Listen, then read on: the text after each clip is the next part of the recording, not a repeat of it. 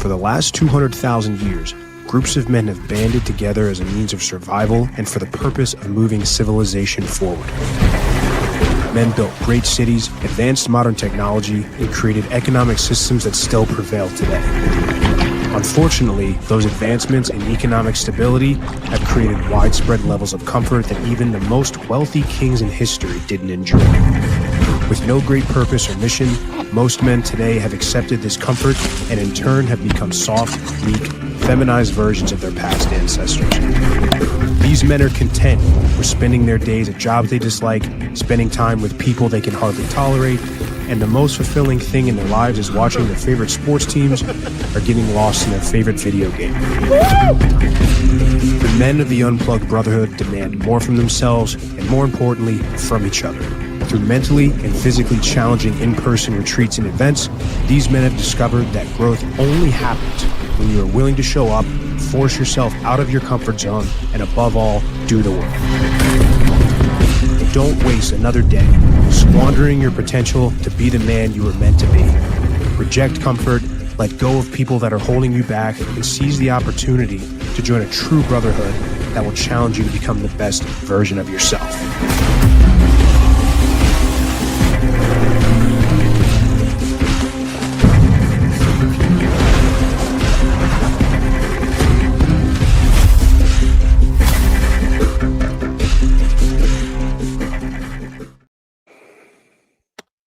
All right, guys, welcome to Chopping Up number 47, and we're doing a little bit of a pivot this show. We got something for you that we really hope we know you guys are going to love. So, Moff, I'll let you make the intros and bring the boys in, and we'll kick it off for this session.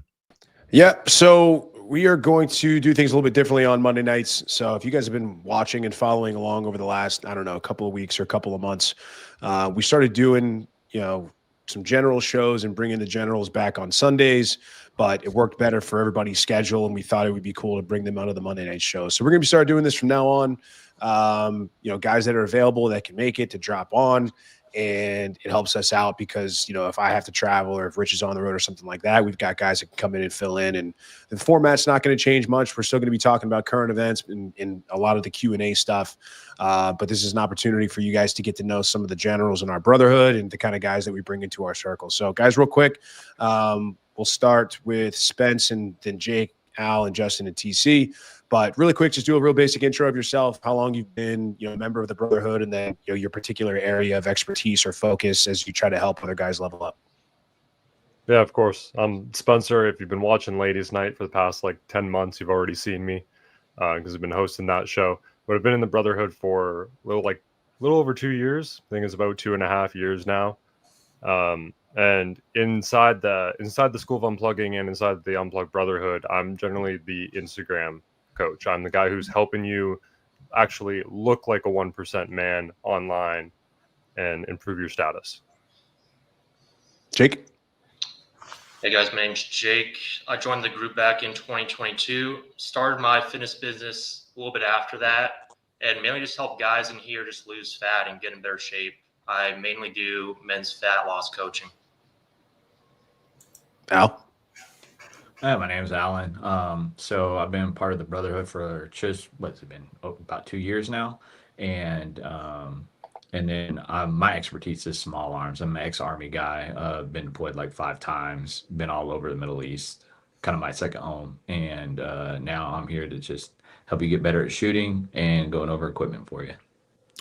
Yeah, Alan, you're training to get your instructor's license, right? You're going through that process right now? Yeah, that's killing, man. That's correct. Yeah, they kind of, the group I train with, they kind of brought me and was like, look, we want you. It's us and 2 other guys pretty much to get trained up and certified so we can actually teach when they're having big events and stuff like that and help them teach and instruct and all that good stuff.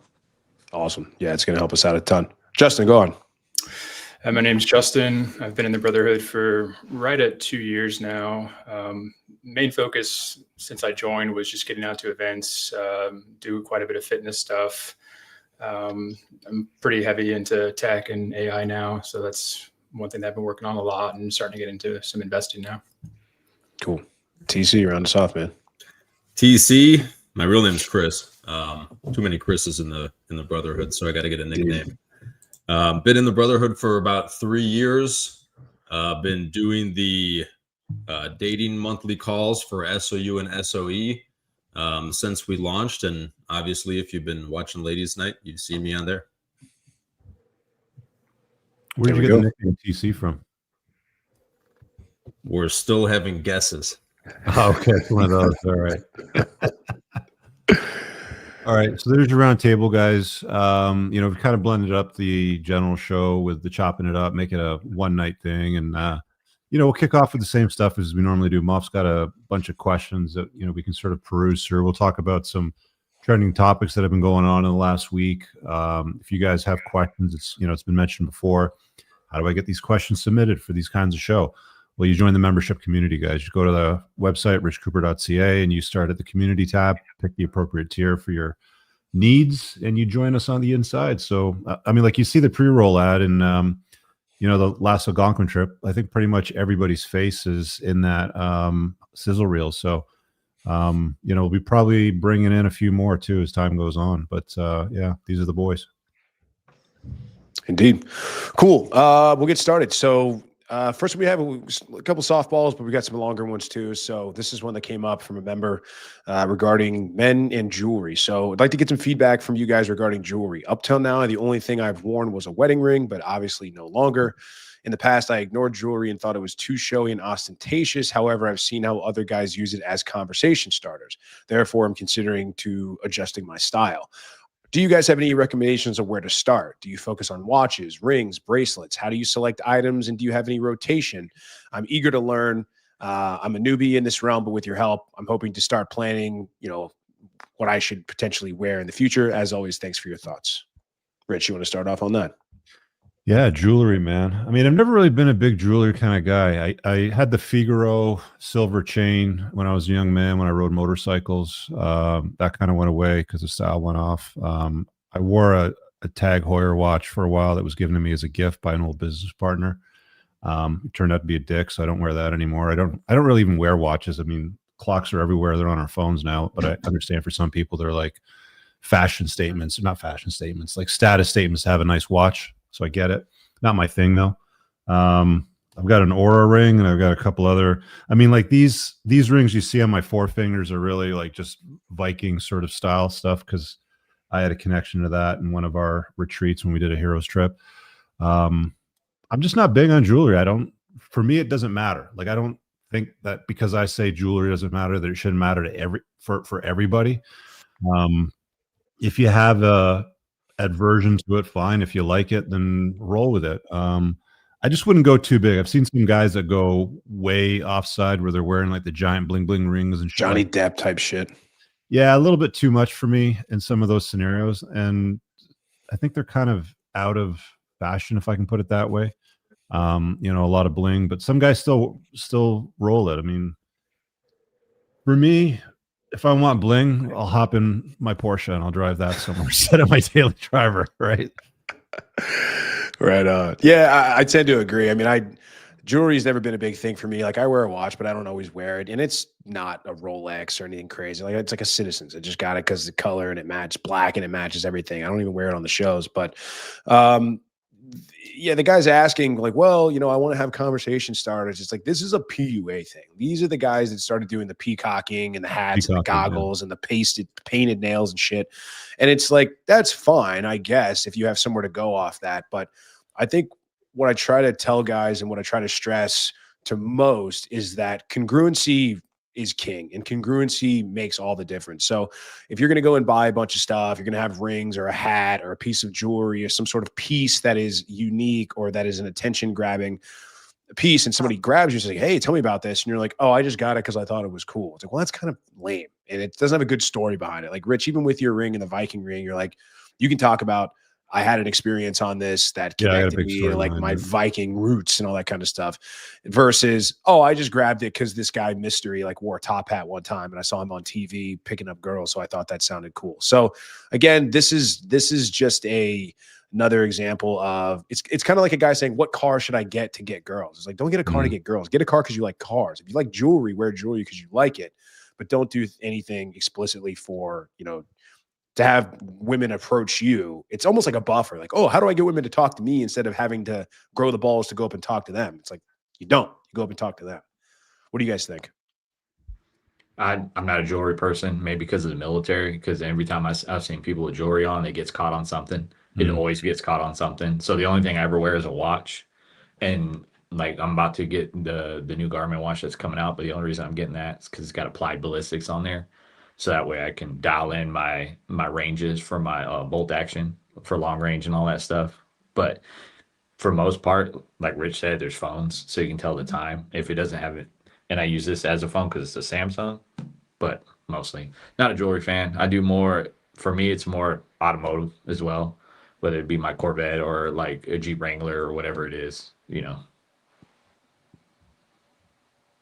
Yeah, same here, Al. Like just Apple Watch.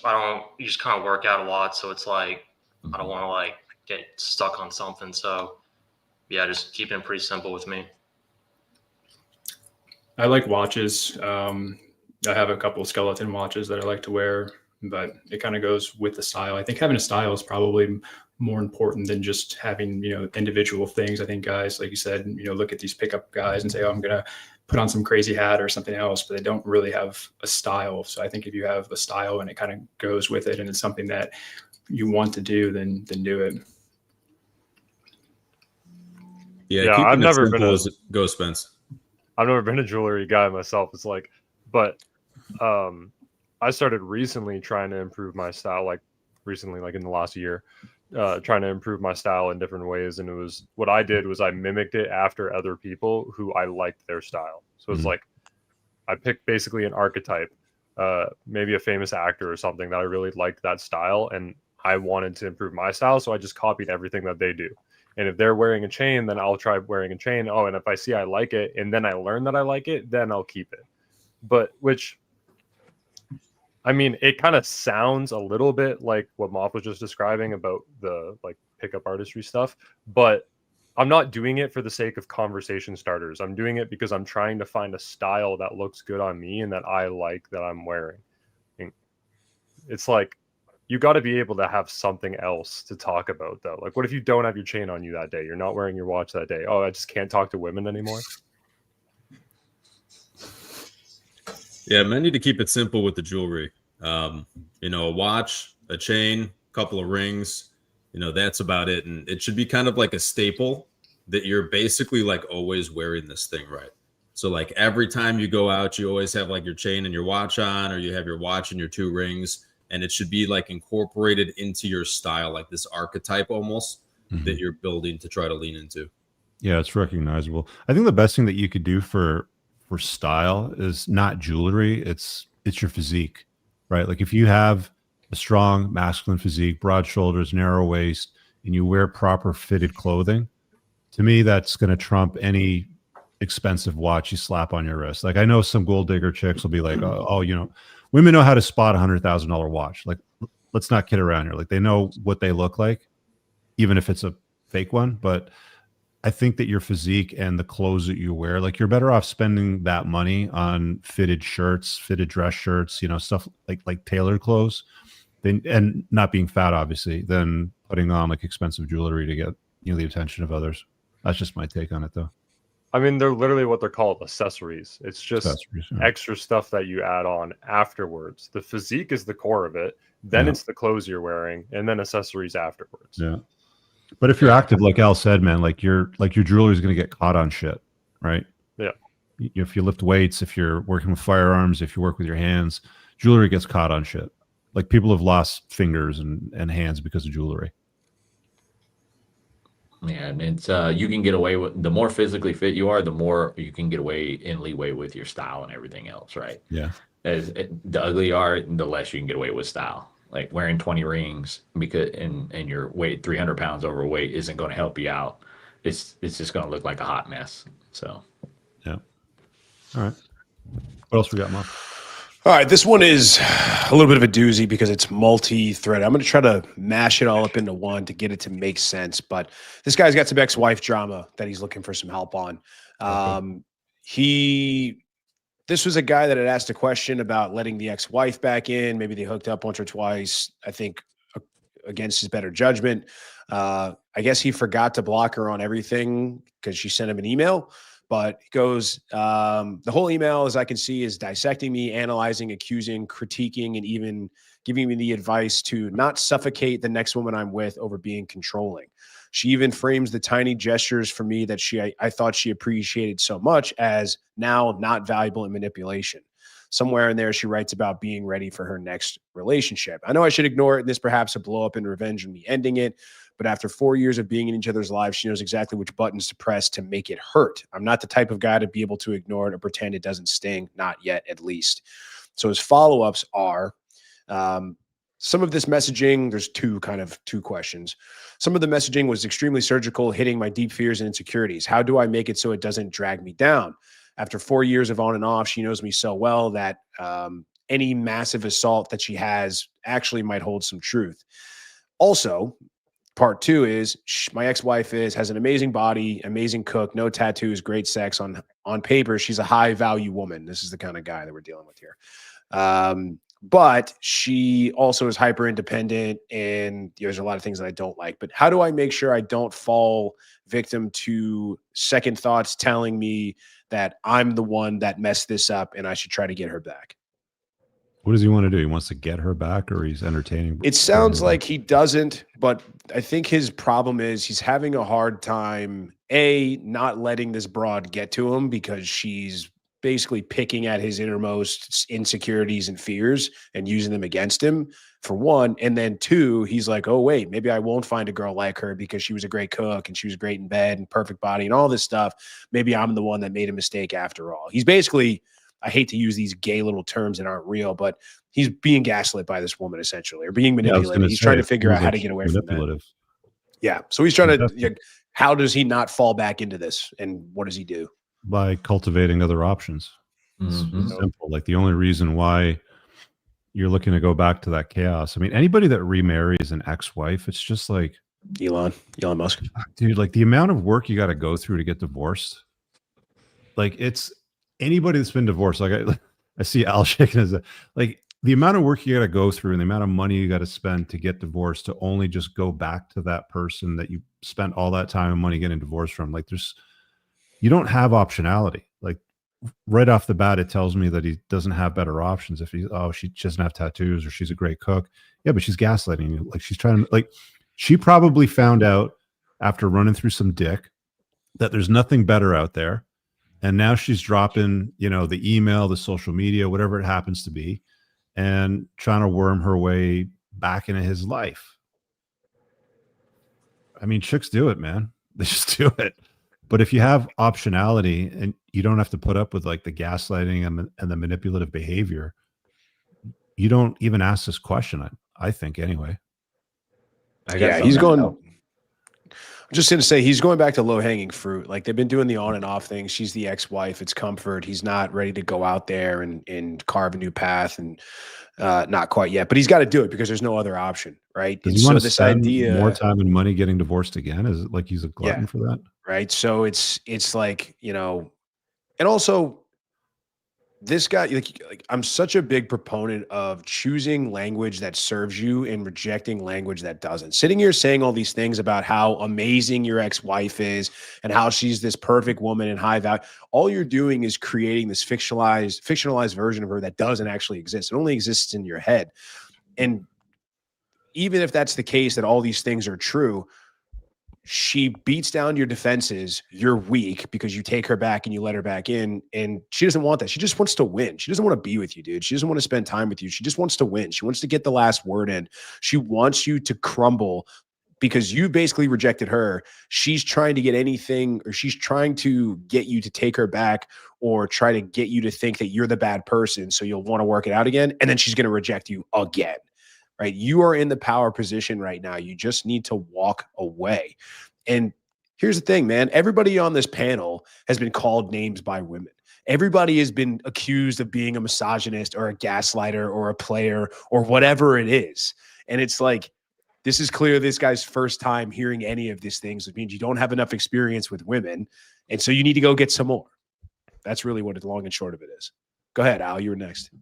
Yeah, he's just comfortable in the routine, right? Because it's easy to fall back into that routine. And so what he needs to go do is create new routines, whether it's gym or whatever it is. He's got to fill his day up. He has too much time on his hands, and the idle hands is making him go back. And the way that brain works, he's just so comfortable in that routine, even though it's hell, that he's going to keep going back. And that's why she wants to come back, because she was comfortable in that routine as well. And she's trying to poke and prod him into giving to come back.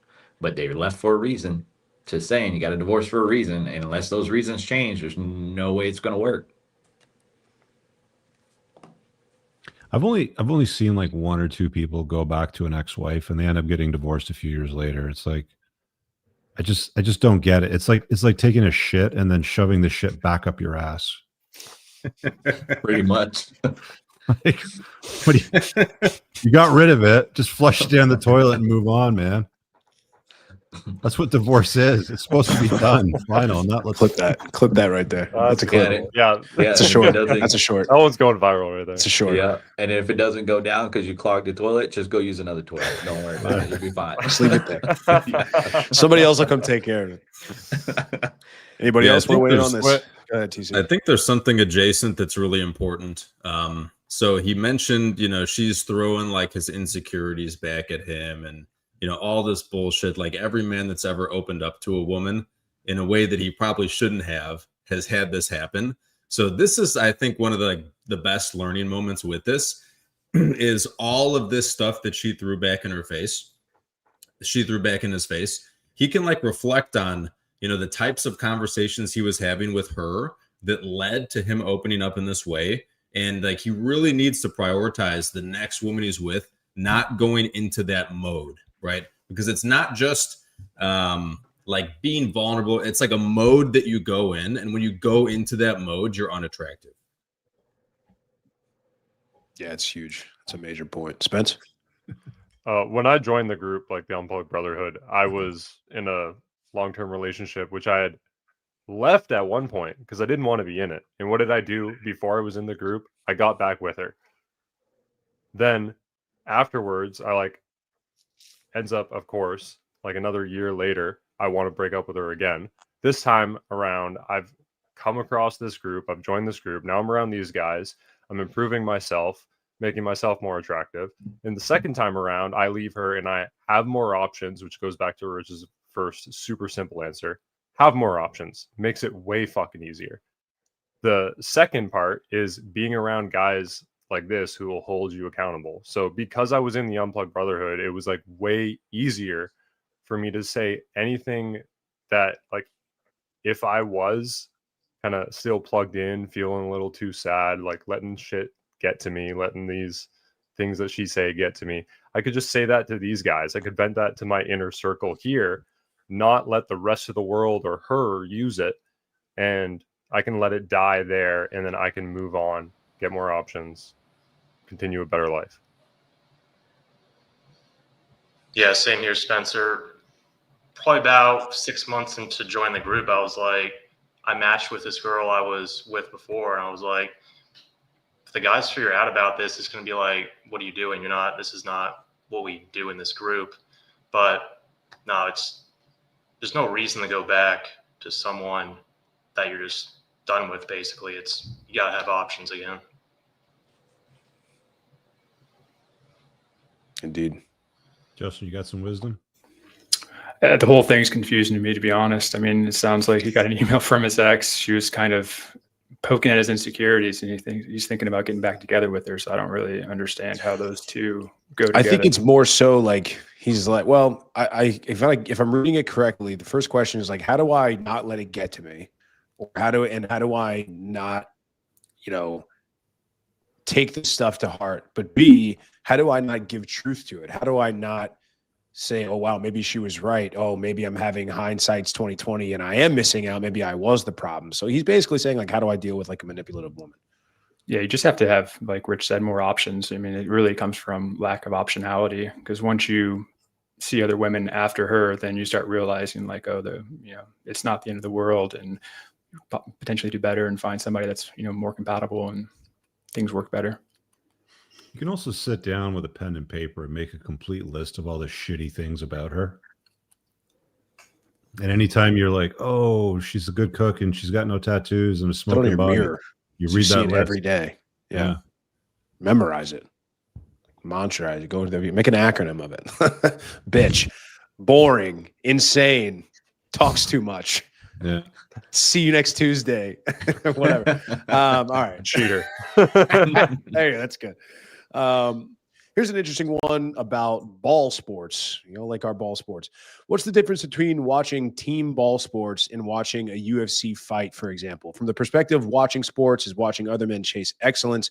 I don't watch sports of any kind anymore, but I think you, Moff, have mentioned watching fights, and I know where you and Rich stand on watching team sports. I think single-player sports are not team associated, so you don't have spectators associate themselves with the team, ? So just curious on your guys' take. Thanks.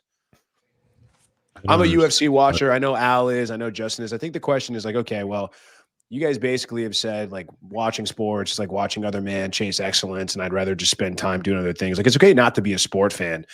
I think the thing that for me, and I'll try not to be too long-winded about this, I think team fandom is weird. I think the tribal nature of saying we beat your team or we did this or we did that. You don't play for the team.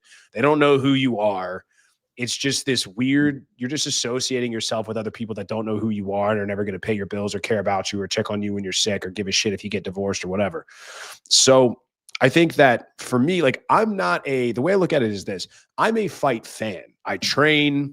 I like to study it. I like to watch fights. I don't have a favorite fighter. I'm not a fan of any man or any fighter. I don't be like, oh, I want to watch this guy's fights because he's my favorite. I just like to watch good fights. Like I'll watch a card every weekend if it's on. I'll pretty much get, now they're switching away from pay-per-view. I'll pretty much get every single pay-per-view that's come out because I just like watching it.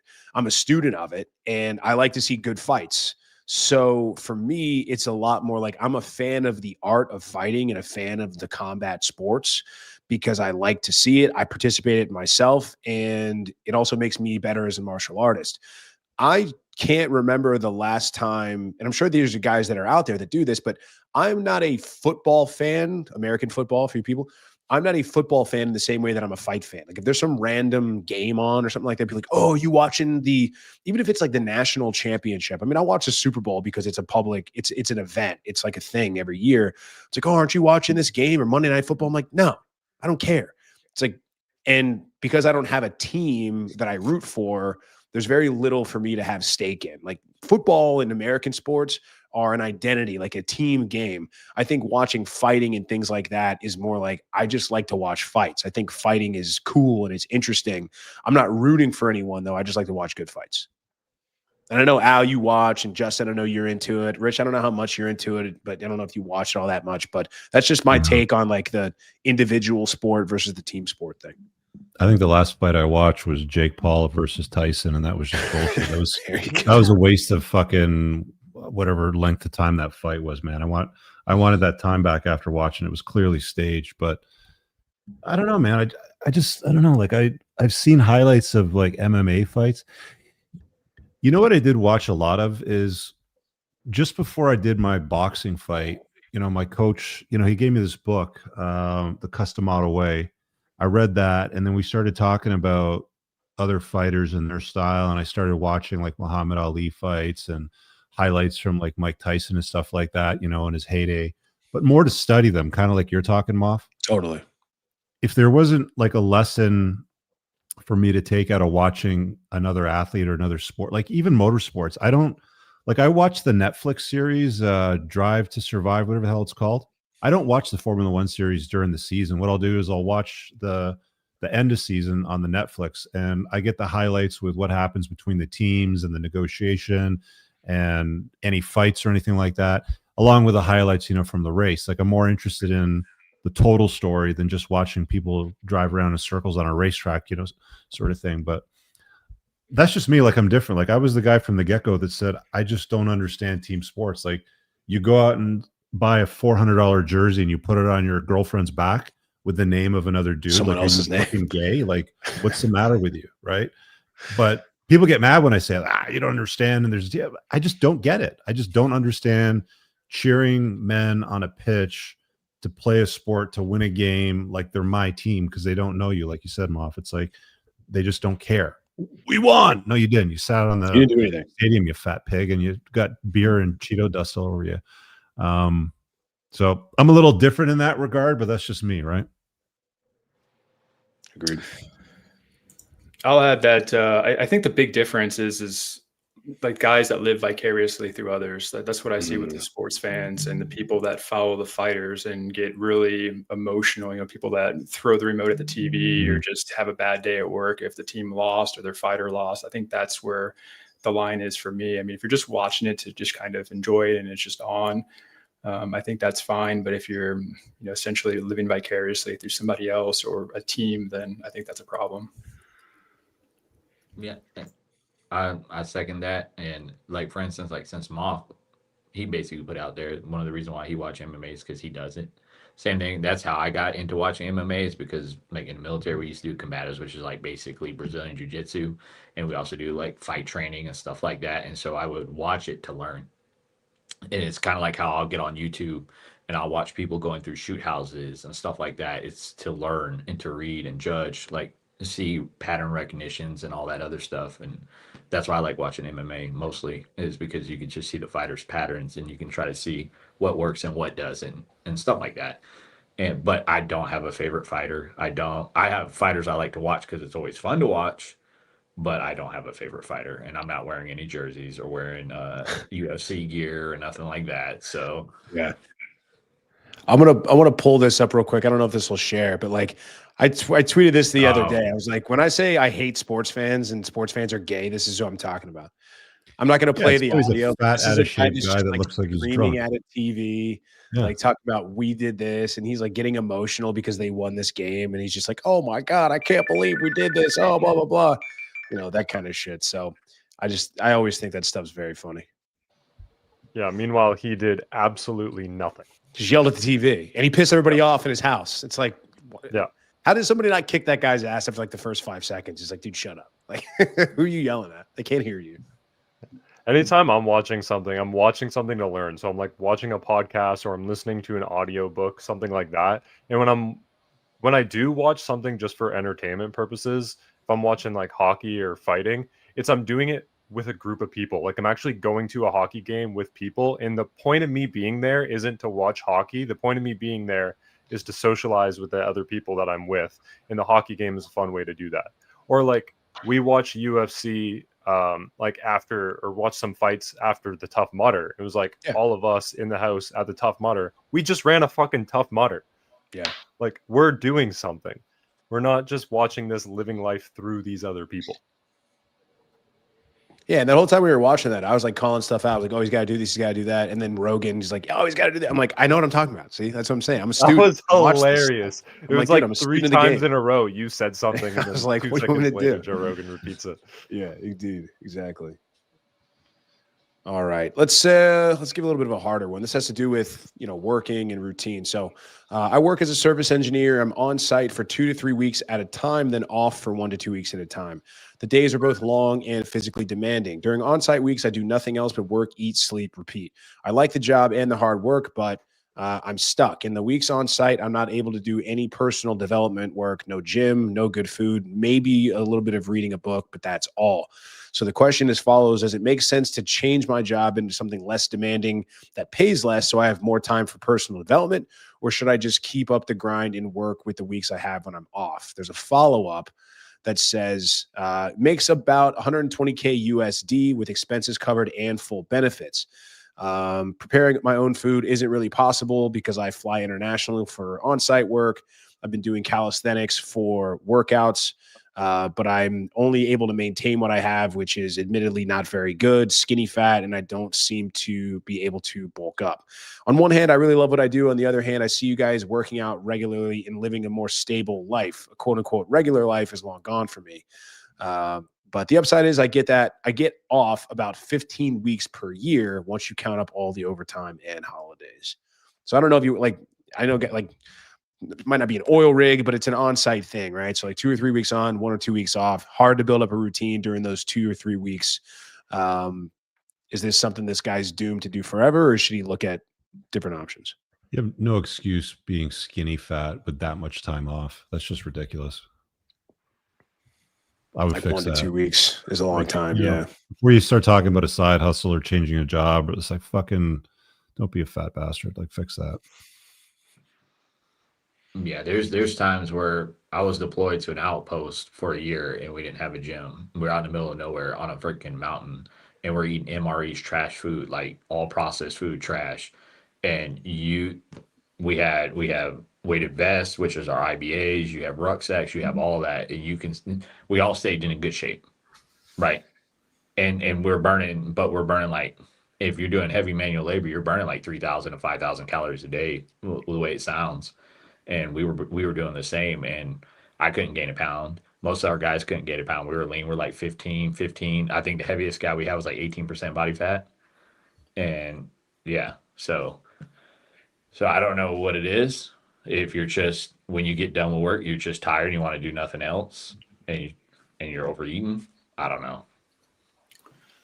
Yeah, I think it's a lot of excuses. I traveled around quite a bit for several years as a consultant, and I was traveling to very small cities that didn't really have a lot of food options, but I found a routine that worked for me. And I mean, I wasn't, in the best shape of my life, but I was definitely able to maintain. I mean, it's definitely going to be harder when you're in these situations. Even the last 2 or 3 months, I was traveling constantly. I was in hotels. I was traveling internationally all over the US. And I mean, I'm not in the best shape I've ever been in right now, but I still was able to maintain that. So I think a lot of it just comes down to doing the work. And I think people try to find excuses not to do it. And if you can't get in at least decent shape like that, I think it's an illusion to think that you're going to switch jobs and do something else, and then magically you're going to, have the time. You're going to still make excuses. So I think if you can do it when it's really hard, then you can do it when it's not. Yeah, nail on the head there. I guarantee there's guys that work with this guy that are in phenomenal shape. So do what those guys are doing. Do twice as much as what those guys are doing. Like, ask them how many times they go to the gym. Go twice as much. Because whatever you're doing right now isn't working. And you don't even have to go to the gym. I mean, I actually traveled with some stuff in my suitcase. Like I had one of those like pull-up bars that like broke down. You could screw it together and like put it on the back of a door. I had like push-up handles. I mean, you can make do with pretty much anything if you're motivated. Mm-hmm. Yeah, you just got to think outside the box. I mean, 15 weeks a year is 4 months just about. So, I mean, you can get jacked in 15 weeks. I understand the consistency and this and that and the other, but it's like, it's my actual practical recommendation would be when you have a week, when you have 2 weeks off, you're in the gym like a madman. Like, and I would say now again, there's not as much, and Jake could probably back me up on this. I'm not super drilled into the science of it, but it's like, I mean, you could realistically, let's say you are burning a lot of calories when you're on site. Let's say you're burning like 3,000 or 4,000 a day and you're only getting in like 2,000, 2,500, something like that. Realistically, like you could do mini bulks and mini cuts on and off. I mean, you could, if you had 2 solid weeks off, you could eat in a surplus of 300 to 400 calories a day, lift your ass off, try to put on a little bit of lean mass, and then maintain whatever you've got, or at least get in that routine and maintain that while you're on site, then come back, pick up where you left off, keep going. I mean, it's certainly not optimal. It's certainly not ideal, but it's certainly better than nothing. I don't know. Jake, what are your thoughts on this? Like how would you program a routine for this guy? You'll be able to gain the muscle back quicker because you'll have that memory from when he did it before. So he's got that. So yeah, it's a lot of excuses. Like you have all that time when you come back. Like you definitely. What are you doing for 2 weeks? Like 2 weeks, just do a strength training program. Go taper him back in, but like 3 to 5 times a week in the gym lifting weights. Yeah. So, I mean, look, man, you got to find a way if you really want it. I think that's what it boils down to. Like the only thing in your way is you and your excuses. Like if you really want to get it done, like dudes get jacked in prison when dudes are trying to kill them and stab them. Like they've got they've got to look out and make sure they're not getting shanked because they called the guy the wrong name and they're still getting jacked. So, find a way to figure it out, my friend. You'll find a way, or you'll find an excuse. I remember when I worked in collections in my 20s, we were on the 8th floor of the building and everybody would take the elevator up and down for breaks and snacks and smokes and stuff. And I always took the stairs. Like you just find a way to make shit happen if you've got if you're serious about it. Yeah, I agreed. All right. I'm trying to find at least one or two more. Let's try this one.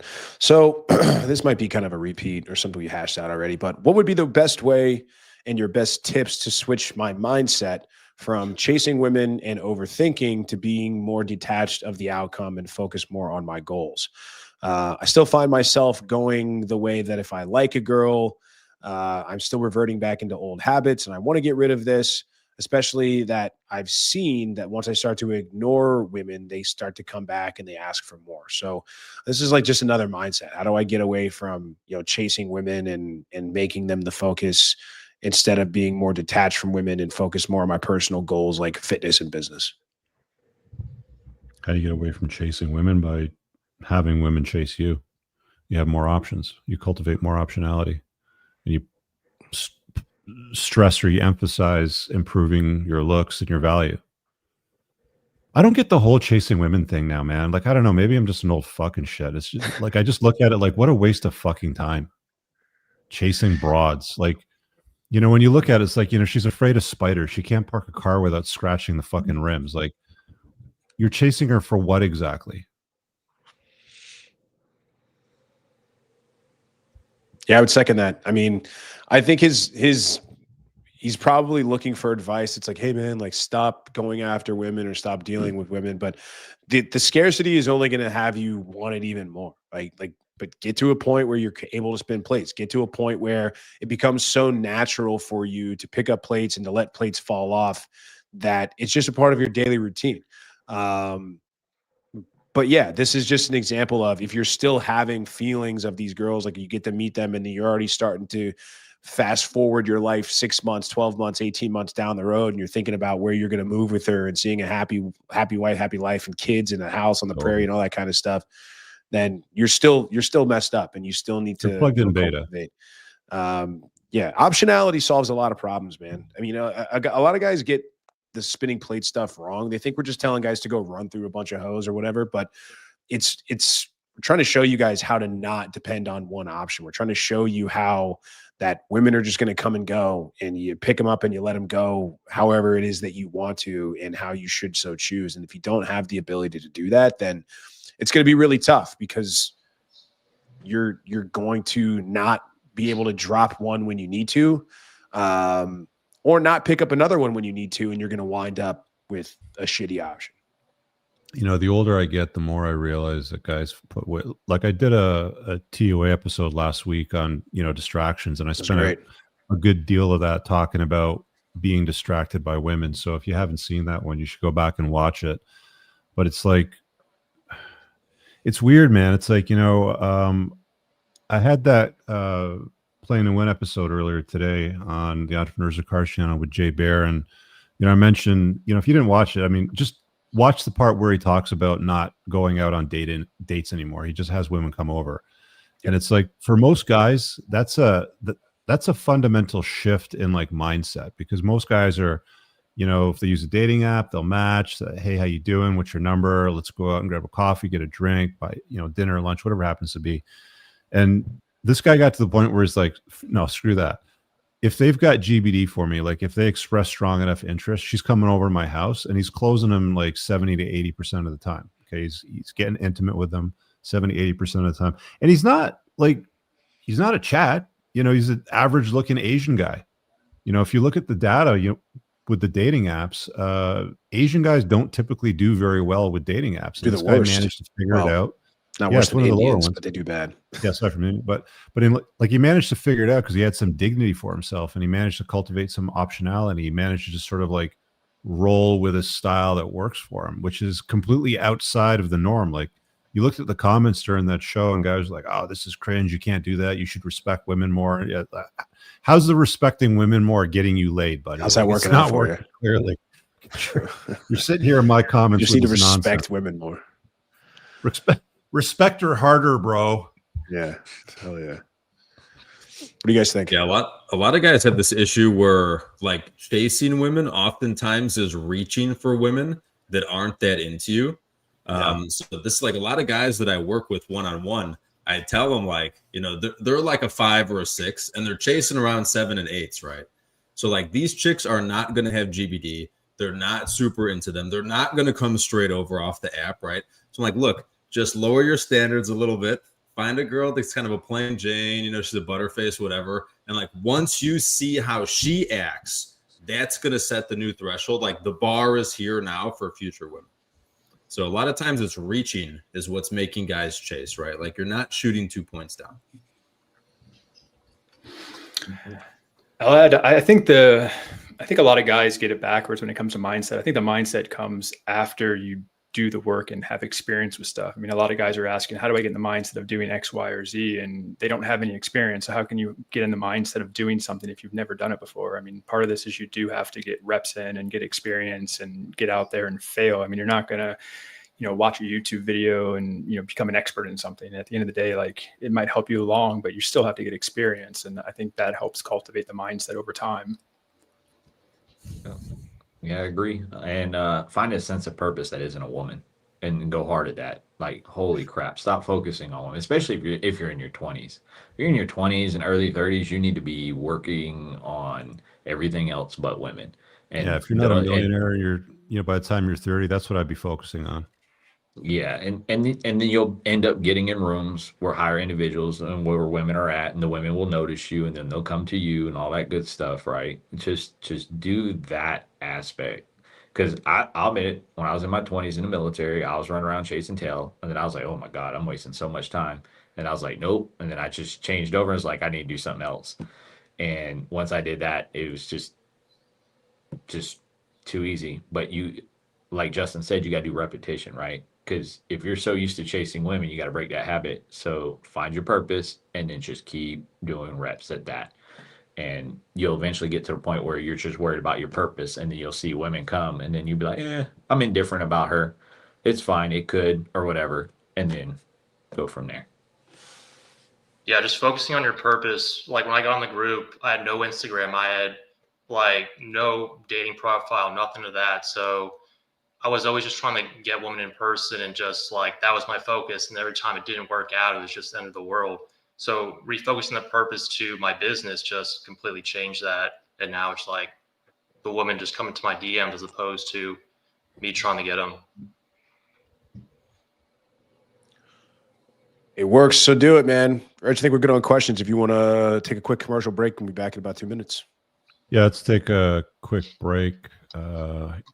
You got the banner in there? Or, yeah, we'll come back. There it is. This episode is sponsored by yours truly. Brothers, if you like me and you take what you put in your body seriously, you'll want to use the Unplugged Alpha supplements. An obsession with engineering higher absorption rates is what sets my line apart from the others. You want to make sure that you absorb as much of the supplements as possible so you don't end up peeing out expensive urine and wasting your money. My supplement line is made in the United States from the highest quality domestic ingredients. And unlike your typical cheap supplements in plastic bottles, only quality supplements ship in dark glass bottles to keep your supplements fresher, longer, and won't seep endocrine disrupting microplastics into your supplements that end up in your body. Nothing is a hard tablet. Everything is in an easily digested, bioavailable capsule. You can filter all products by your goals, including testosterone support, estrogen metabolism, fat burning, sleep support, and performance. Visit www.theunpluggedalpha.com/shop and use the subscribe and save option to get 10% off your recurring supplement orders. Or check out my popular testosterone bundles and save 17%. Guys, if you want to know everything I know today that I wish my dad taught me, start by joining the School of Unplugging. There are over 40 hours of never-before-seen videos in a private classroom that teach you how to create true wealth,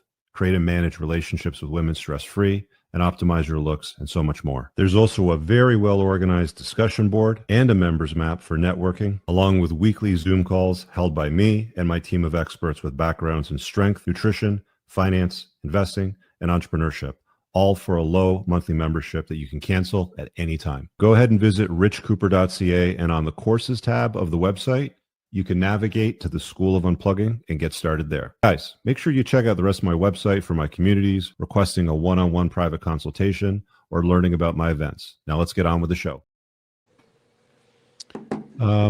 Let's grab this super chat here from Claudia. She was asking about ladies' night, so more for Spence and TC. Ladies' night suggestion. Women have to choose from 5 different topics. Somebody goes first. The topic can be news story, feminism, gender. There's back and forth debate during each topic.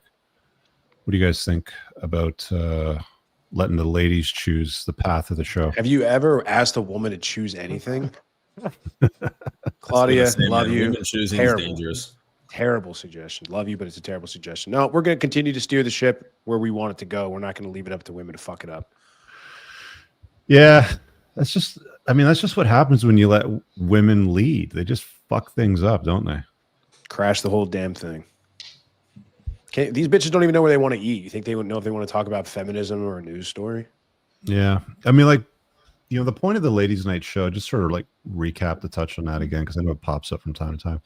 Like, the whole point when we put it together a couple years ago was we've talked about a lot of these concepts. Let's prove it by having some conversations with these women. We're not putting them there to lecture us or to tell us how to get girls or any of those things. We already know that shit. It's like we want to prove the concepts by having these conversations and dialogue.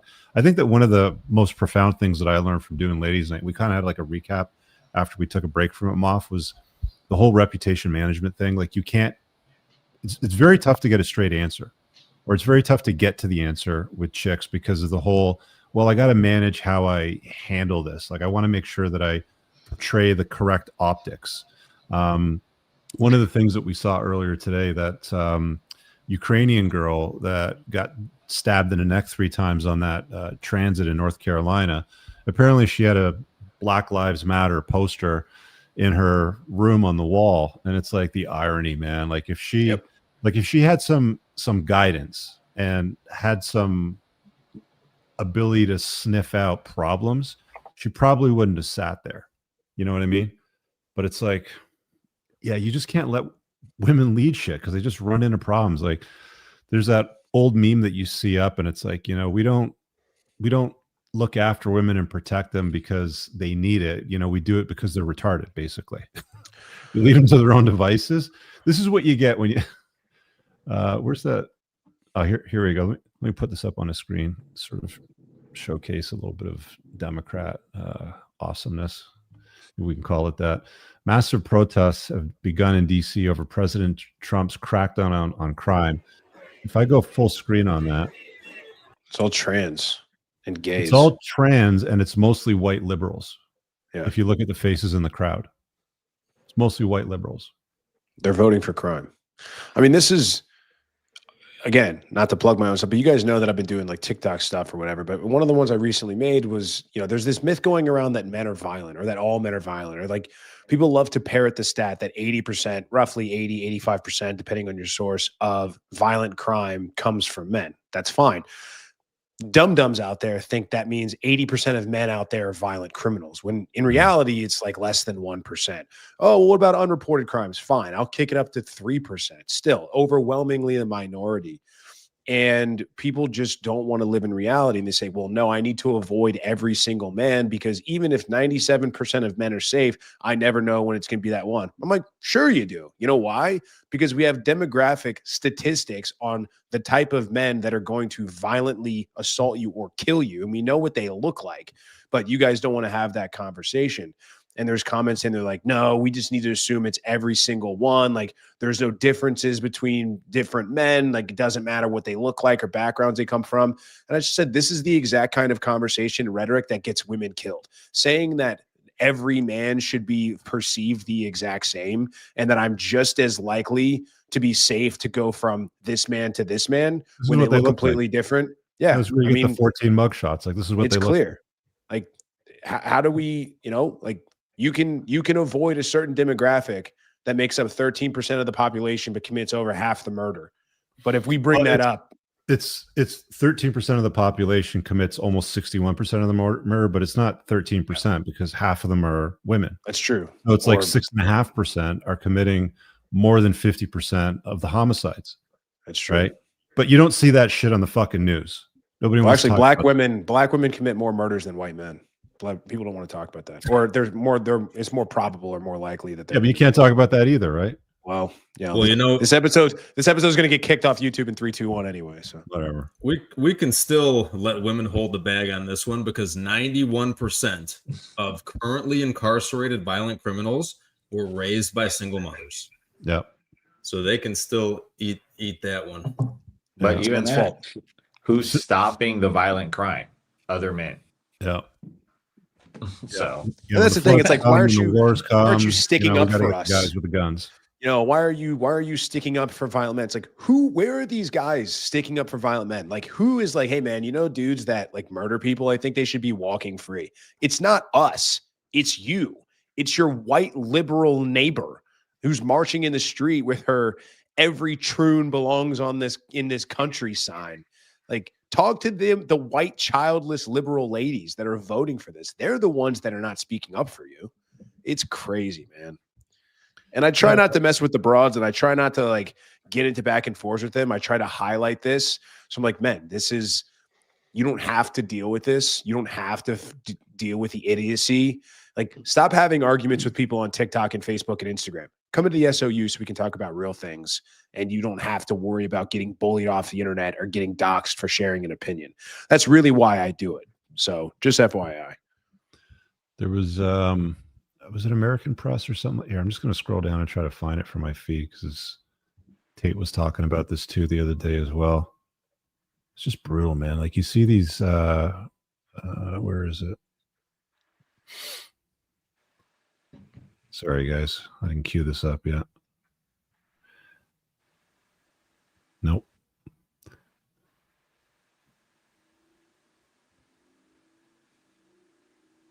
It's not showing up. My bad. Sorry. I don't want to give you guys all the dead air forever and ever.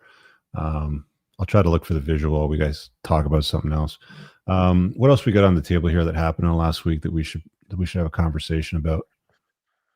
Well, there was again, more sports ball talk, but there was a woman this is a Philadelphia Phillies game.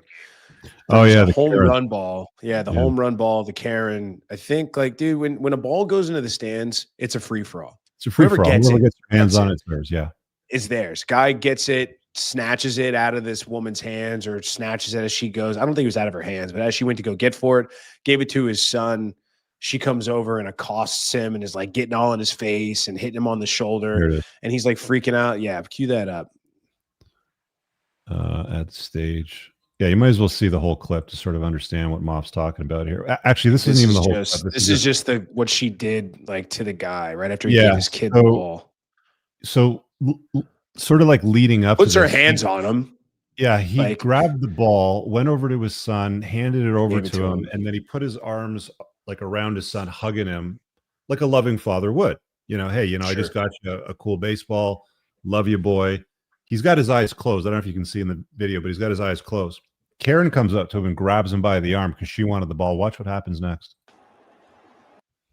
You see this? Oh my God. Yeah, who are you? Freaking out. Thinks someone's going to attack him. Like, look at him.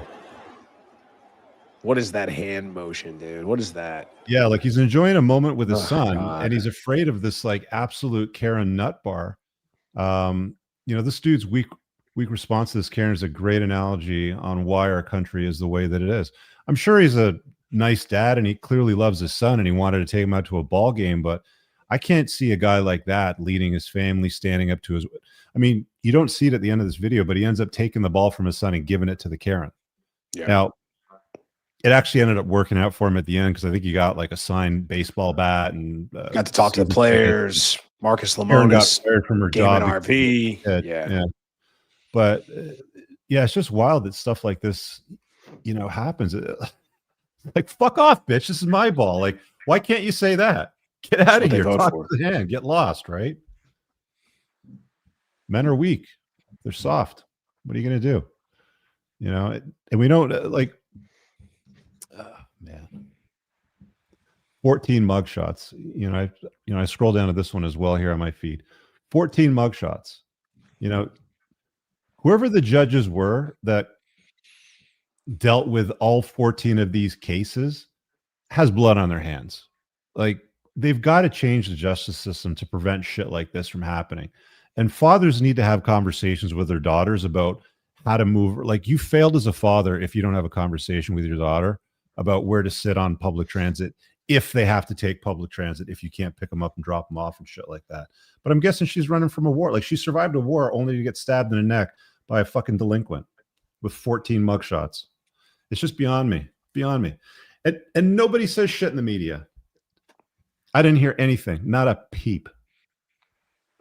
Nope, just alternative media. That's what it is. Because they don't want to let that out. Thank Yeah, God imagine if for Elon Elon hadn't Musk. bought X, Yeah. right? Like imagine how buried that stuff would be, or they wouldn't be showing any of it. I mean, I don't.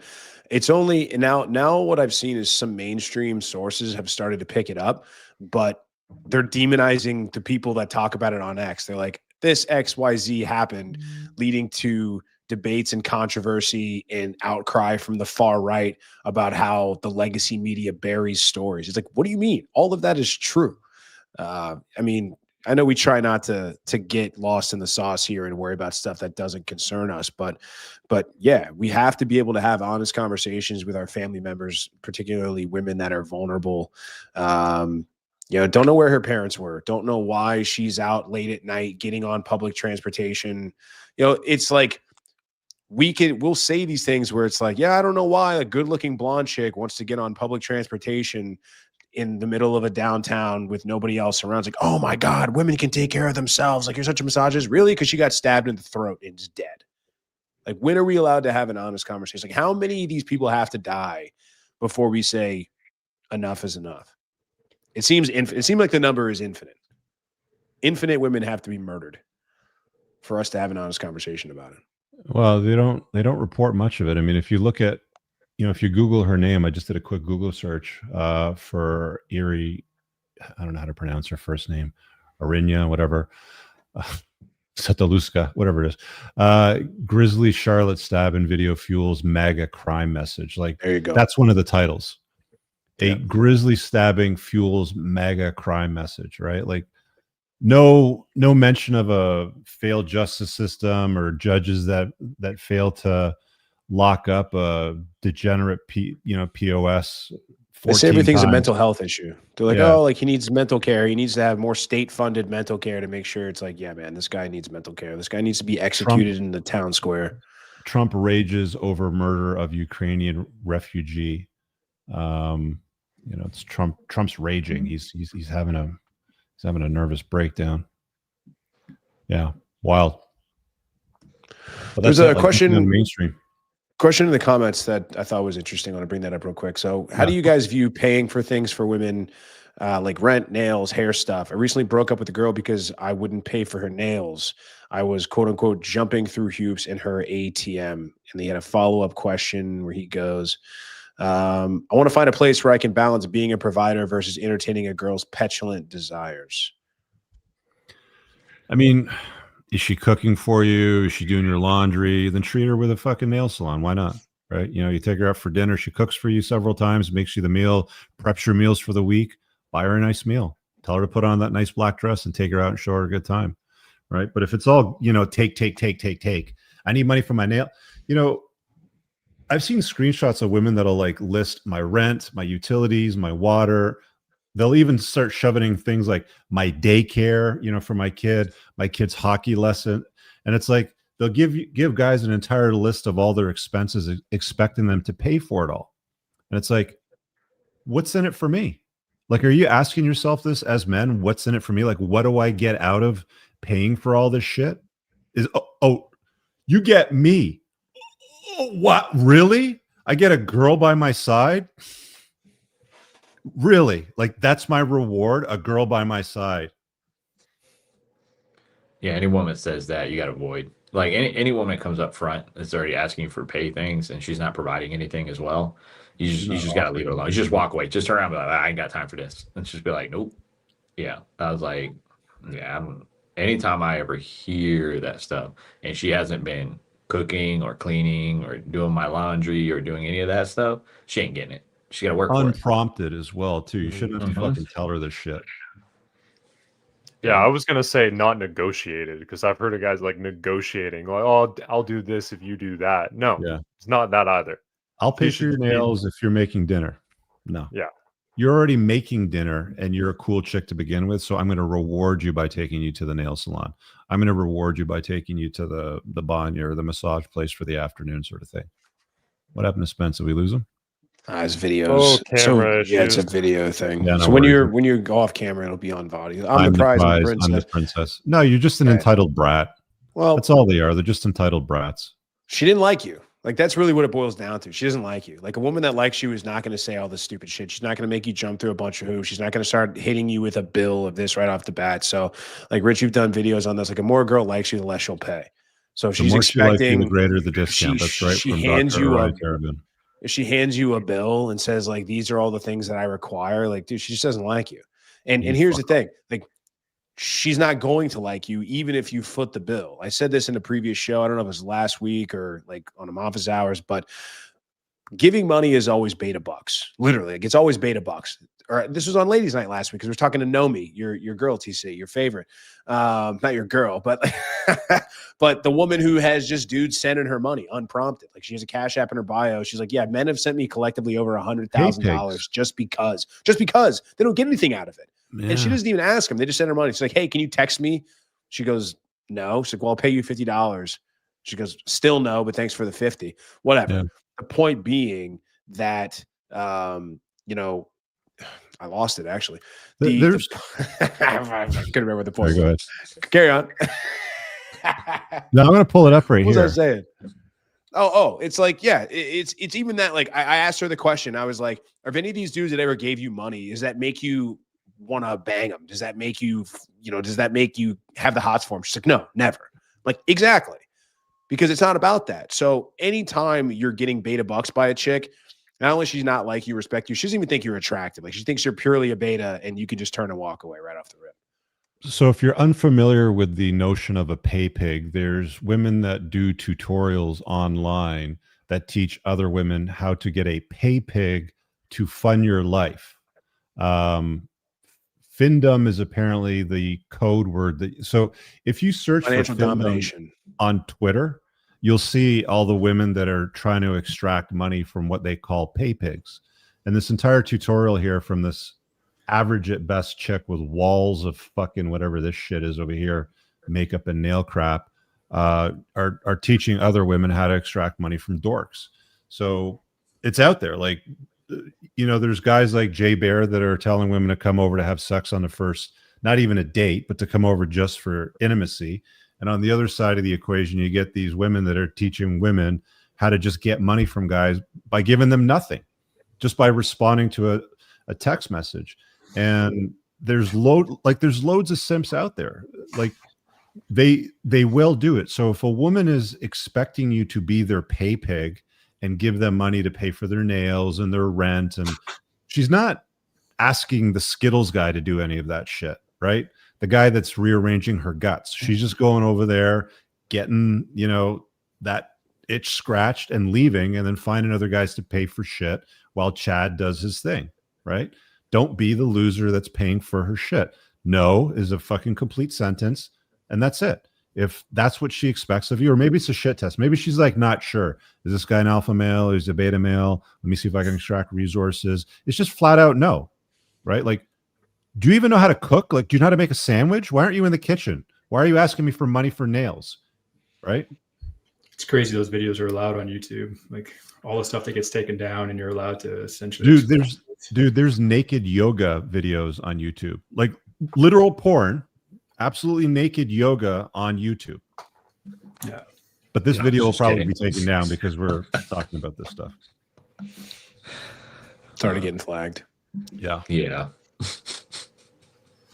One of the girls that we had on Ladies Night recently just got flown out on a private jet the other day. That was Nomi. That's who we were talking about. Yeah. Oh yeah. Exactly. It's like we're just talking about the Now, beta bucks thing. Like, go ahead. If you are that guy, those Findom girls are a lot of fun. They're fucking crazy. How do you mean by that? But it's gotta be free. So Oh, obviously, chat. like they're looking for a guy to have fun with also, right? Yeah, like if you search for Findom here, it's like Goddess Millie Findom, right?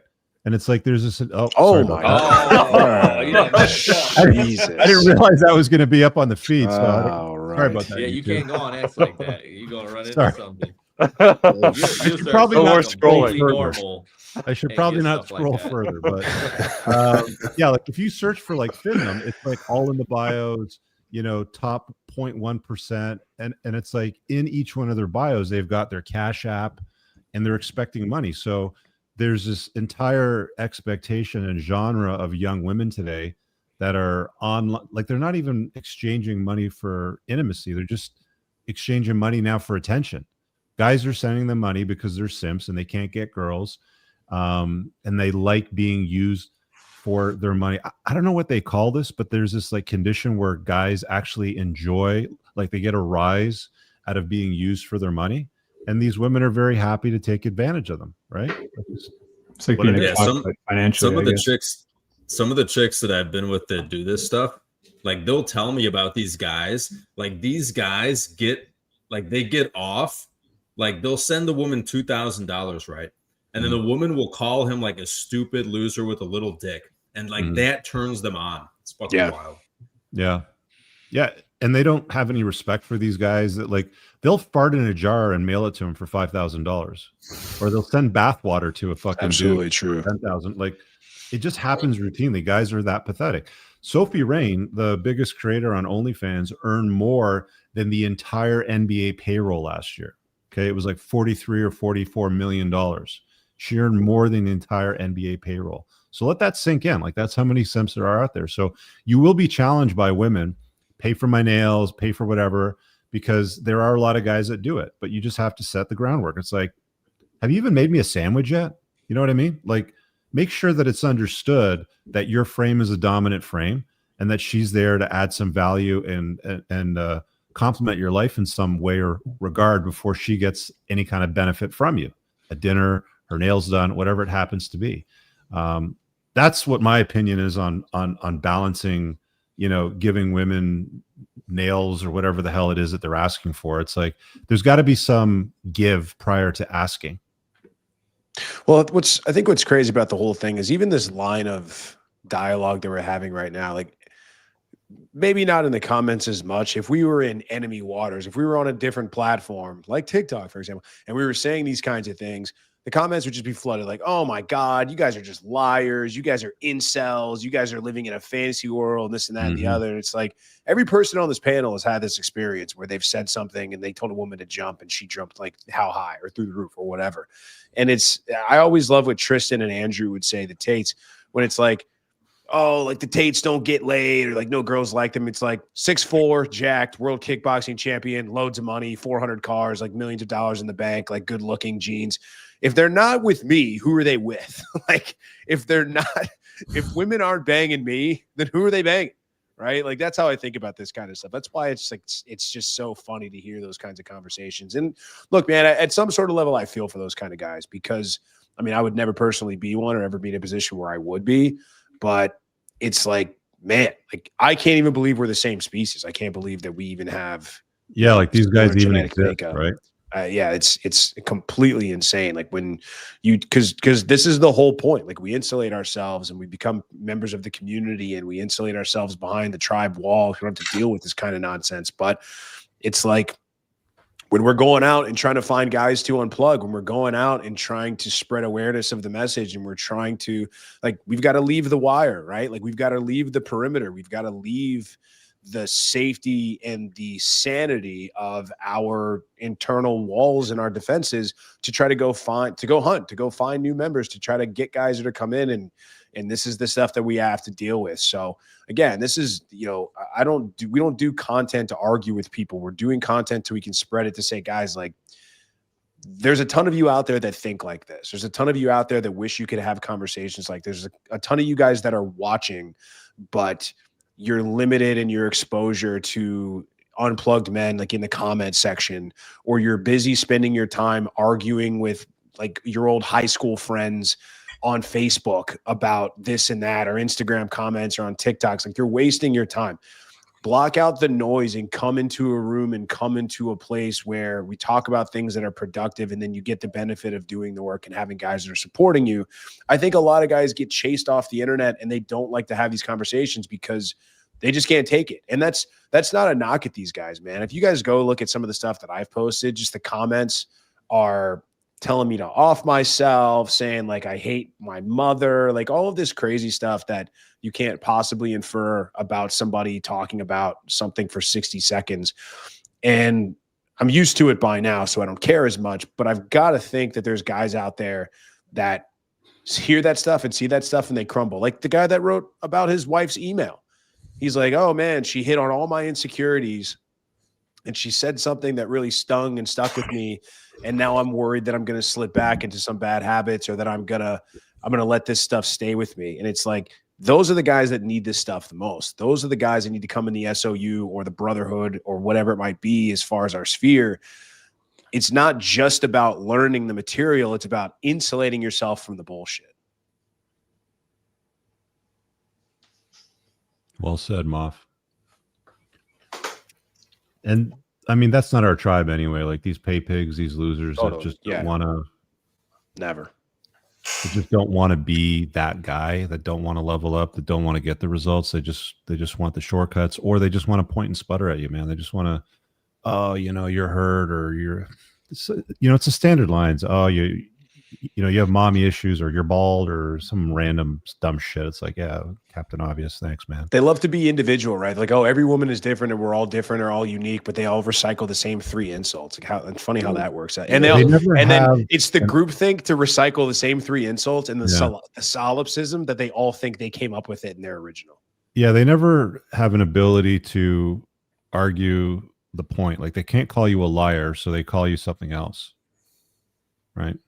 Just the way it is. So you just have to ignore that shit. Same thing with these broads that are like wasting your time with gimme money, gimme. It's like, you cultivate optionality. You have more chicks on rotation, and the one that shows up that you might like, maybe you like her more than the other ones, and she wants to treat you like a pay pig. You just tell her to get lost. Stuff it. I'm busy. I got better options. I mean, you don't have to tell her that, but the fact that you remove her from your rotation, that you remove her from your phone, you just delete her as a fucking contact. It's always the best when you delete a chick as a contact, because they'll message you back at some point and they'll say some shit, and you don't have them as a contact in your phone. So you're like, who's this? And they get pissed off. What do you mean? You don't remember me from blah, blah? No. Who the fuck is this? You must be some dummy that I deleted from my phone. That's how you treat them. Indeed. Shoot, one of my favorite things is one of my favorite things, real quick, is when women always say I'm different, and I'm like, and I always tell them, I was like, great, you sound like just every other woman I've ever talked to. I was like, now if you would have told me that you're just like every other woman, then you're different. True. Yeah, it's a good point. That's fucking good. There's a meme on that. Hang on a sec, let me see. They got one on that. Yeah, I was about to say, because I was like, oh, yeah, they got one with like, when you get like the pumpkin spice, like fall flavors, and all the girls are lined up in like the fall outfits with like the hats and all that sort of shit. And it's like, I'm not like any other woman. It's like they're all dressed the exact same way. It's not coming up when I search for it, but you know what I'm talking about. All right, why don't we grab one more from the SOU? This is like a happy story, but also a cautionary tale that I think maybe we can wrap on this one. But sure. The title is the true GBD does exist. So a little background on this particular member. This guy was one of, if not the only members that joined the School of Unplugging, not previously being familiar with the content, hadn't read the book, had never even heard of us. I think I was running meta ads at the time, and I used some tagline like "Never struggle with women again," or like "Figure out women's true nature." And so he joined one of the Zoom calls. He's like, "Hey, like, who the hell are you guys? Like, I just don't know what's going on." It was. So I was like, "Read the book and start watching the stuff." But this is, and he disappeared for a little while, which always makes us wary, because guys come in, they find the stuff, and then they get with a chick, and then they, drop off, and we never hear from him again usually. But he goes, the true GBD does exist. So I met this beautiful lady a couple of months ago, and she's literally given me everything I've ever wanted from a woman. Number one, she's not a feminist. She understands my role in the relationship and embraces it. Always eager to serve me, cooks, cleans, and does the laundry with a smile. It's been a long time since I even made myself a plate of food or a drink. When I sit down, she'll even offer to take my shoes off and put them away for me. She's amazing in bed, never says no, ever. In fact, I think she's always waiting for me to do it. And there's some other stuff I'm not going to get into here. That's a little sensitive for YouTube. But she was married for 30 years, and she had been with her husband since she was 17. He died a little over a year ago. So I am number 2 on her notch count. Not to be the devil's advocate, but so she says, right? A few weeks ago, I introduced her to Rich's idea of getting my name tattooed on her body. She is 49 years old, has no tattoos, but she didn't blink when I suggested it. Yesterday, before going to the tattoo shop, I even told her she didn't have to go through with it because I knew she would do it without hesitation. She had proven herself, but even when I let her off the hook, she still insisted on getting it done. So I told her it was on her and she could get it however or wherever she wanted, and I would not influence her. She got it on her bikini line and picked it out herself. Now, this is my question because he didn't. This is more of like a win or a share, but I'm going to tag on a question. So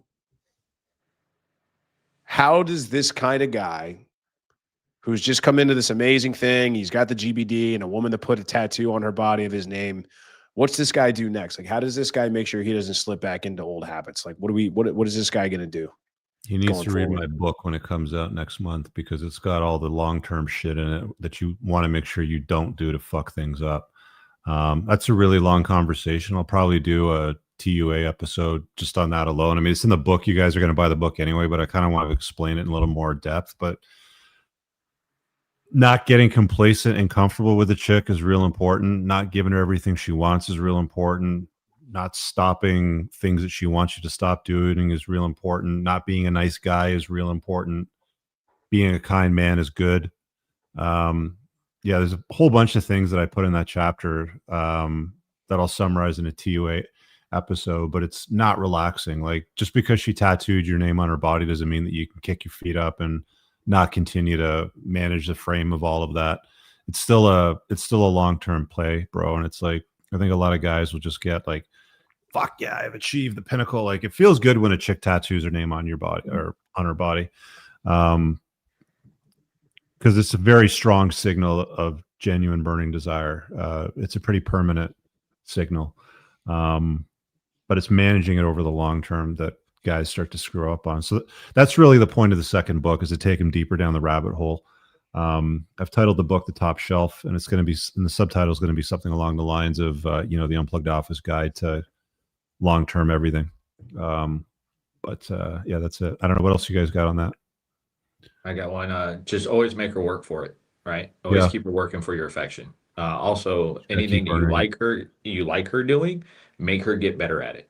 Lead and mentor her in getting better at that. So if you like her cooking or you want her to cook a certain meal, get her to do that, right? Always get her working for you, so that way she feels like it's a progression, right? And she doesn't get stagnant, because when she gets complacent.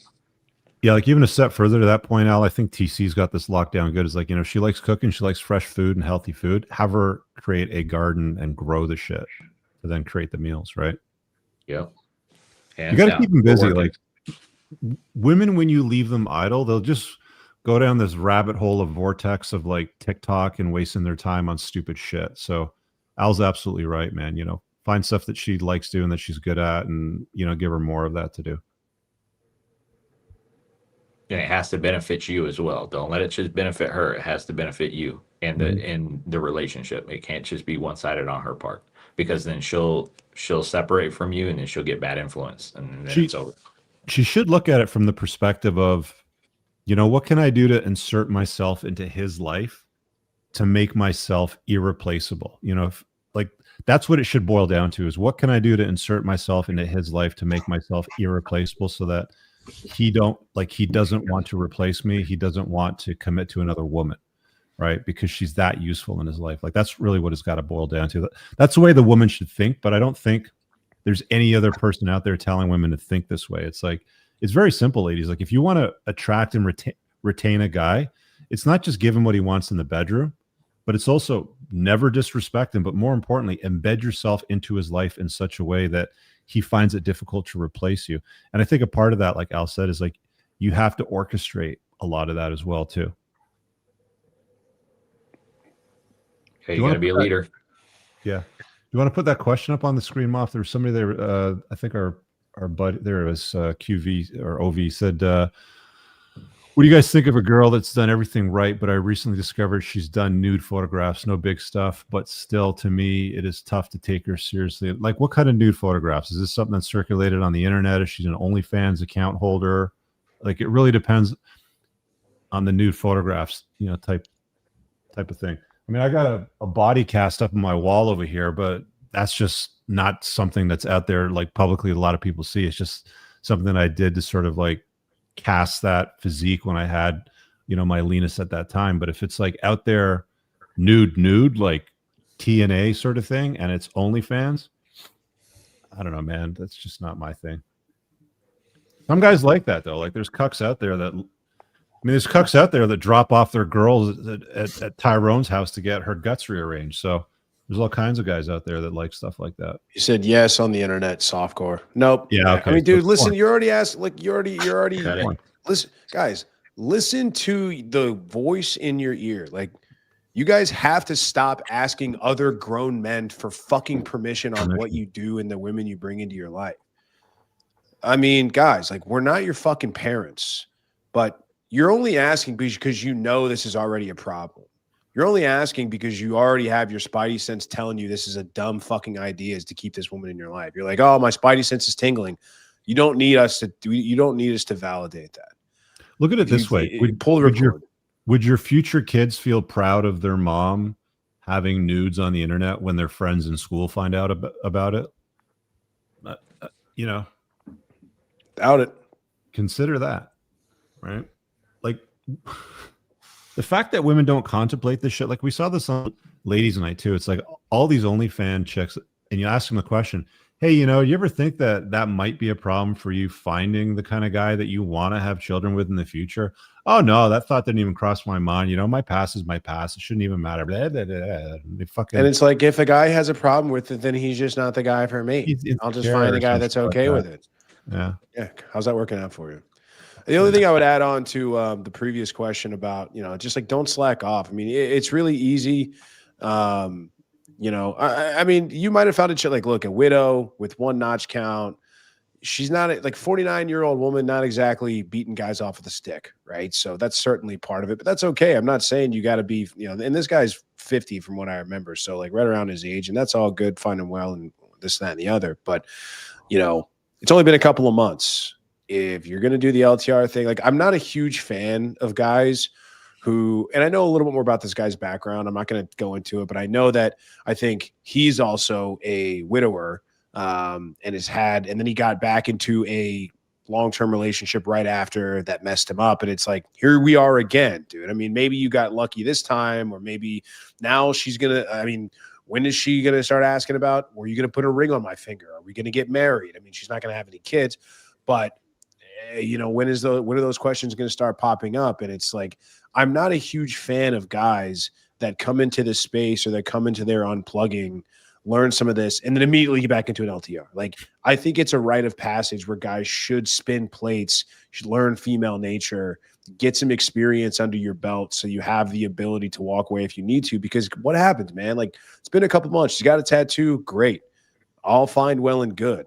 But as we know, women reserve the right to change their minds and be different at any given time whenever they want to. And that's potentially right around the corner. So you may end up in the same position 6 months, 8 months, 12 months, whatever down the line, and you have foregone the ability to generate more options and spin up new plays for this woman. So you very well may be in a world of hurt. You very well maybe not, but I'd rather have the experience to spin up new options and not need it than to need the experience to spin up new options and not be able to. It's like a gun, man. A gun's and condoms. I'd rather have it and not need it than need it and not have it. Yeah, at the same time, like a really good woman, you know, while her pulling you off your purpose is a lot less bad than a bad woman pulling you off her purpose, it's like a lot easier for you to be pulled off purpose by a good woman, right? Like she's going to cook, she's going to clean. Oh, just come watch a movie with me on the couch. And you're like, oh, I'll go to the gym tomorrow. Like I already have her. It's okay. So like there's probably a lot of stuff this guy needs to do. And he just needs to be careful that like he doesn't get comfortable with her. 100%. Comfort kills, That's man. where guys, you know, that's where guys really get fucked. Is they just start, oh, you know, I got everything I want. She cooks and she's sweet. She's got a smoking body and she does everything in the bedroom. And they just start to like rationalize this shit. So like she wants to move in. Yeah, maybe I'll move her in and things will be different this time. It'll be all good, sort of stuff. Or let's get married. Oh yeah, just don't do it, guys. Like familiarity, proximity, and exclusivity are the three idiots that ruin long-term relationships. The more of those you give women, the worse things will be for you over time. She will punish you, not intentionally. Like she's not looking to ruin your life or to punish you intentionally, but she will end up punishing you over the long term if you give her everything that she wants. Like being able to say no and maintain the frame that you want, living life on your terms, is just the way that it's got to be. And I just don't see many circumstances where living with a chick or chicks is ideal. It just creates more bullshit. It's like everything's good. Why get married? Right? So you have to deal with the untying of the knot. Like my lawyer's like, he's fucking hilarious. My family lawyer's the best. It's just like, why would you go through that? Like, why would you put yourself in a risky situation if you don't need to, and just say no? Well, because she's going to leave me if I don't. Then she's a fucking bitch. Fuck, who cares? Okay. Let her go. Bye. She won't stay with you because you won't marry her. Like she just wants to hop on the next dick and marry that guy that's going to give it to her. Then let her go. She's doing you a favor, bro. I don't know why guys can't say no to women. It's like constantly distracted. Like these fucking chicks, man, they're afraid of spiders and can't park a car properly, and you're afraid of them. You can't say no to them. Because they don't have options. If you have options, saying no is easy because there's just more girls there.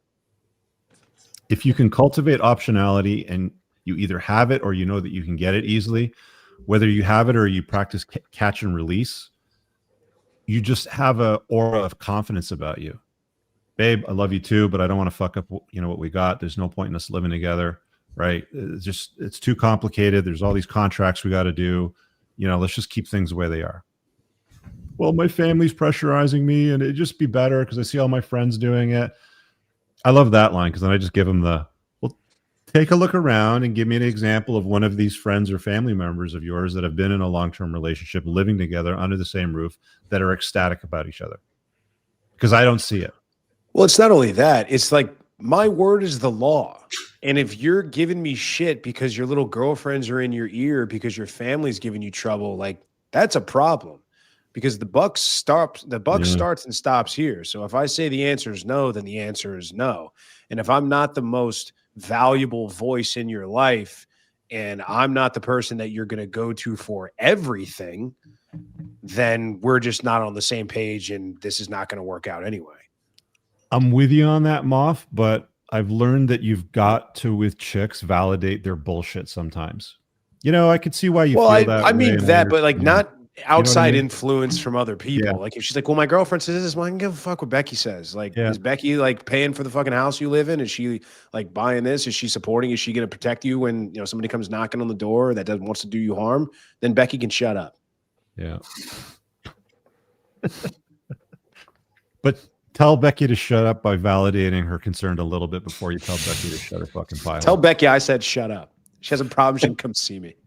It's funny because all my girl right now, she's lost all her friends since she's been with me.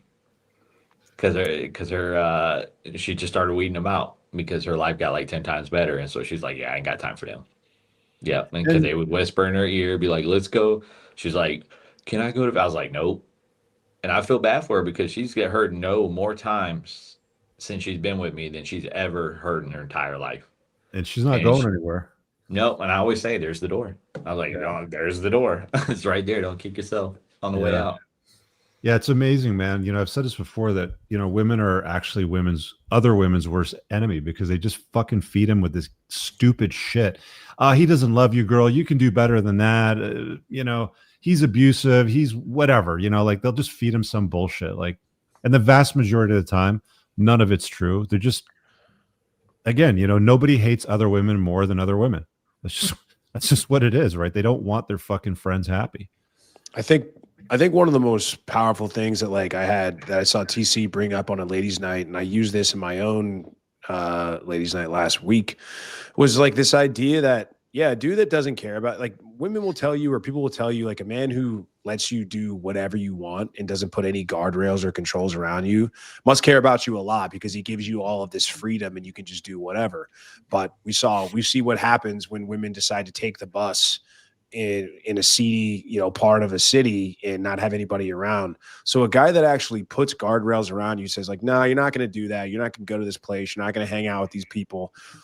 It's all with the aims of preserving the relationship, because he does care. Like, a guy who doesn't care, I mean, it's like, think about it like anything else. Like we talked about, think about it like a coach or a mentor. If a guy is stopped, if he's not giving you direction, or he stops trying to help you or give you suggestions, like, he doesn't care, because whatever happens, you're going to do whatever you're going to do. And it doesn't matter to him either way. Like, if you do something stupid, or you lose all your money, you get blown up, it's like, okay, whatever, man, like, no skin off my nose. But somebody that's trying to help you is going to do things and say things that you don't want to hear, that you aren't going to like, because it's ultimately going to make you better. But it's really difficult to get women to wrap their minds around that, because they've just grown up. A lot of them have just grown up getting whatever the hell they want, just because they bat their eyelashes or they're good looking. And, this takes me to red flag number 21 in the second edition of the book, which is she won't comply. She just won't listen to you. And you will run into women from time to time that just won't have it. And you have to be okay with pointing to the door and say, door's unlocked. You can go through it, but it'll be locked if you try to walk back in. Let them go, because you got other option. My way or the highway. It's pretty simple. All right, we got anything else, boys? I'm good.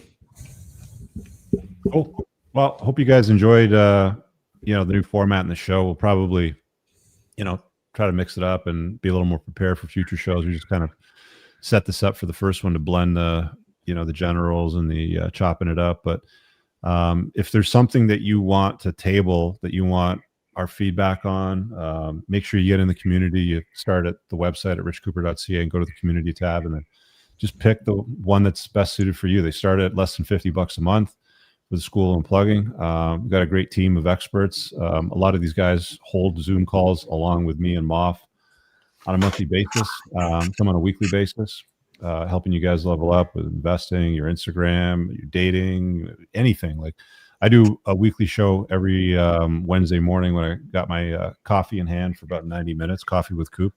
Wednesday mornings, a lot of guys are doing all that. We've got the School of Entrepreneurship, the Tub, the Unplugged Brotherhood, where we get together and do all kinds of difficult challenges and stuff. You'll see all those in the sizzle reel. Just start with the community tab. Anything else going on this week? You guys have a ladies' night scheduled for tomorrow?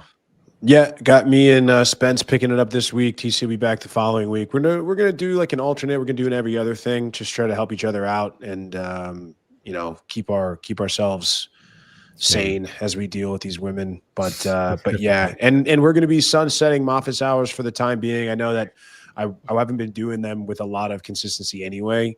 But also look out for some of the stuff, guys. I'm gonna be posting a vlog soon. I just got it back from the editor today, like a vlog about our recent Chicago trip. That TC hosted us up in the Chain of Lakes, Fox Lake up in Illinois. So that's going to be out on my own personal channel. It's just Moff Unplugged everywhere. Like, follow me on TikTok. I post there the most, Instagram, all that kind of stuff. These guys generally have like their Instagrams or their YouTube on their bios or their tags here. So if you're interested in following along with them, if you want to get more insights from them and learn more about them, be on Zoom calls with them, meet them, then the only place and the only way to do that is in the community. And it's every day that you're not in there, you're missing out, man. Cool. All right. We'll see you guys next time. All right, guys. If you enjoyed that podcast, make sure you visit my website at richcooper.ca to learn more about my courses, my book, The Unplugged Alpha, community, or booking me for private coaching. Also, if you are a Canadian with $15,000 or more of credit card debt and what you are doing right now isn't paying off the balances, then visit totaldebtfreedom.ca and hit get a free quote to see if you qualify to settle your credit card debt for less than you owe today over the next 48 months. Make sure you check out the top pinned comment on YouTube for all the links mentioned during the show. Peace.